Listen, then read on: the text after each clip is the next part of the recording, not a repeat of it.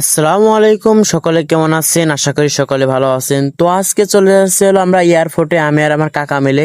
আরো লোক আসতেছে এয়ারপোর্টে। তো কি জন্য যাচ্ছি এই কথাটা আপনাদের একটু পরে বলি, আপনারা ভিডিওটা দেখতে থাকুন। তো আপনাদের এখন আমি বলে দিই কি জন্য এয়ারপোর্টে আসার কারণ।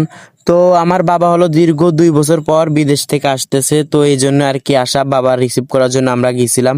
আমি আর আমার কাকা মিলে, আরো অন্য কাকাও গেছিল এখানে। তো আমরা এখন এয়ারপোর্টে চলে আইছি, এই যে দেখতে পাচ্ছেন আমরা এখন যাচ্ছি ভিতরে, আর আমার আব্বু চলে আইছে। তো এখানে আমার গার্ড আবার থামাইছিল, যে বললো আপনারা ভিতরে যাচ্ছেন কেন, ভিতরে আবার যাইতে দেন না। যাইতে পারে যাদের লোক আসতেছে বিদেশ থেকে, একমাত্র তারাই যাইতে পারে এই জায়গাটায়। আর আমার বাবার একটু পরে আপনাদের দেখাবো। তো এয়ারপোর্টের ভিতরে গার্ড পুলিশ থাকে, এই জন্য এয়ারপোর্টের ভিতরে আমাদের দাঁড়াইতে দেয় নাই।